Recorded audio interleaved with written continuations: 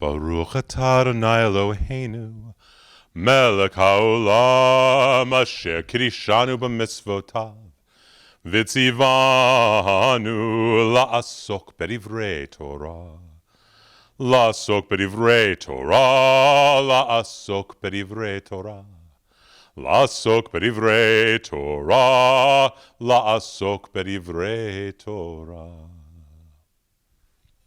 Hi, I'm Rabbi Michael Barclay, here at Temple Ner Simcha in Westlake Village on WeWillThrive.com, and I hope you've been having a wonderful experience during this marathon of teaching with different teachers around the world.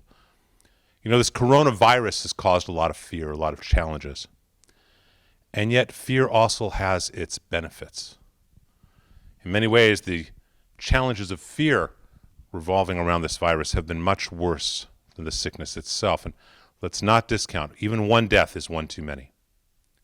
At the same time, where there is fear, there is the opportunity for awe. There's an opportunity for faith. Faith and fear cannot exist at the same moment in the same time. The opposite of fear is not courage. The opposite of fear is faith. And when you take faith and toss it onto fear, you can transcend that fear, bring it into freedom, bring it into awe. As I said, the words in Hebrew for fear and awe are the same exact word, the only difference being one has faith, the other doesn't. And so, with your permission, I'd like to take just a few minutes and maybe share some Jewish teachings about how we can take this time of fear, transform it into a time of faith, a time of awe, and a time of spiritual freedom. Because where there is a challenge, there's also an opportunity for growth and a really great opportunity for joy. There was a great teacher in Judaism. His name was the Baal Shem Tov. It means the master of the good name. He was a miracle worker. He taught through stories and through songs, through prayers. He was the founder of the modern Hasidic Jewish movement. An amazing, amazing, charismatic, brilliant, wise, enlightened being. And it's said that if you believe that every story about the Baal Shem Tov, every story about the master is true, you're a fool. If you believe none of them are true, you're an even greater fool. And so I'd like to share with you, with your permission, a story about this master. Now, when we hear a story about the Baal Shem Tov, or any of these type of masters, we are to imagine that we are the ones experiencing the story, so that we can learn and grow. In our story, the master was asleep. Now, he'd had a very tough time that week with his community. They just weren't getting it. They weren't seeing the divinity of every moment. They weren't experiencing God's presence, the beautiful spirituality in literally every moment. And he was a little frustrated. They were so concerned about their fears, kind of like so many people are now, especially those quarantined, those who are feeling alone. And in this story, the master was asleep and he had a dream. And again, we are to imagine that we are the ones dreaming. We are the ones participating in this experience. The master felt his spirit pulled out of his body. And he was cold, and it was scary, and there was fog, and he couldn't see, but he could feel himself being pulled. And as he walked, he tried to speak, to ask a question, but he could not find his voice. He was being pulled through the mist, his spirit moving, and it was scary, and it was awesome, and he still could not find a voice. Suddenly the mist parted, and the master found himself standing on a cliff. Far, far below him was his community, his village. Floating high above the village, remember this is a dream, floating high above the village was a circular ridge, as thin as the blade of a knife. And there was a man walking in circles on this ridge, this circular ridge. And the master tried to find his voice. He tried to call out, but still he could not find his voice. What made it even scarier was that on the inside of this ridge was a hellfire, an inferno. On the outside, a cold abyss of space. And yet, the man was tootling along on this ridge in a circle over and over. Something as thin as the blade of a knife, and he was walking around it as if it was wide enough to drive a horse on. The master tried to call out, but still he could not find his voice. as the man walked in these dangerous circles. Suddenly, there was a flash of lightning. And the man on the ridge saw what he was really doing, that he was walking in a circle. He saw the danger.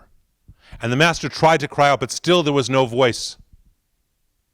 The man walking started to teeter and to totter as he realized the dangers around him, the fire on this side, the abyss of space on that side. He started to fall.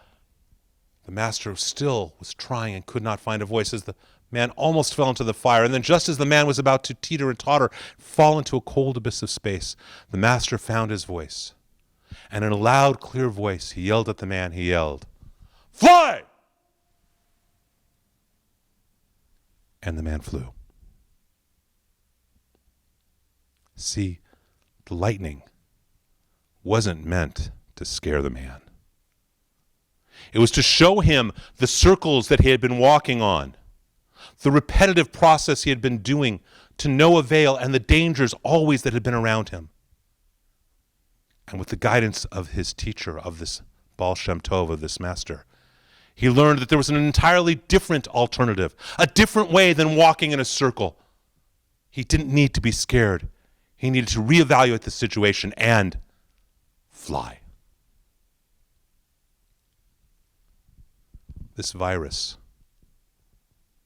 has caused such pain, such fear, so many challenges. But it's also showing us how we have been living in the world. What have been our values? It's been showing us, have we been spending enough time in our homes, or do we have to be forced into isolation? Have we been spending enough time remembering what's really valuable in life? Or like the man on the ridge, have we been walking in circles, paying our mortgages, and oblivious to what the real purpose of existence is? Like the lightning, this virus has the ability, if we have faith, to change our fear and realize that we're obligated to, and we are blessed to find another alternative, find another choice, to change our values back to what is really important, to shift ourselves, our consciousness, to transform that fear through faith into awe. And then, like the man, we too can fly, experience spiritual freedom, experience beauty and peace. Thank you for being good to me and letting me say these things to you. I hope you will meditate and contemplate this story, and that every time any of us start to feel fear, we remember it is an opportunity to fly. It is an opportunity to change, to grow. And as a result, to find a tikkun ha'olam, our piece of repairing the world that only we can do. We each have a piece, something that only we can do. It's like an orchestra. Each of us need to take our lives and find the one instrument we're supposed to play with the one note and play it in tune.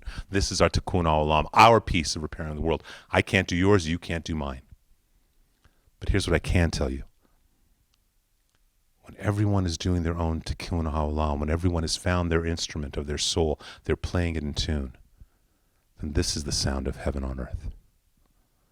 My prayer for all of us is that we transcend fear, that we always have faith, and that we all are blessed together to be able to see a time of good health, of joy, of peace, and of love. I'm Rabbi Michael Barclay on WeWillThrive.com from Temple near Simcha in Westlake Village. Many blessings to you. I hope that all of us are able to find joy in these times. Shalom.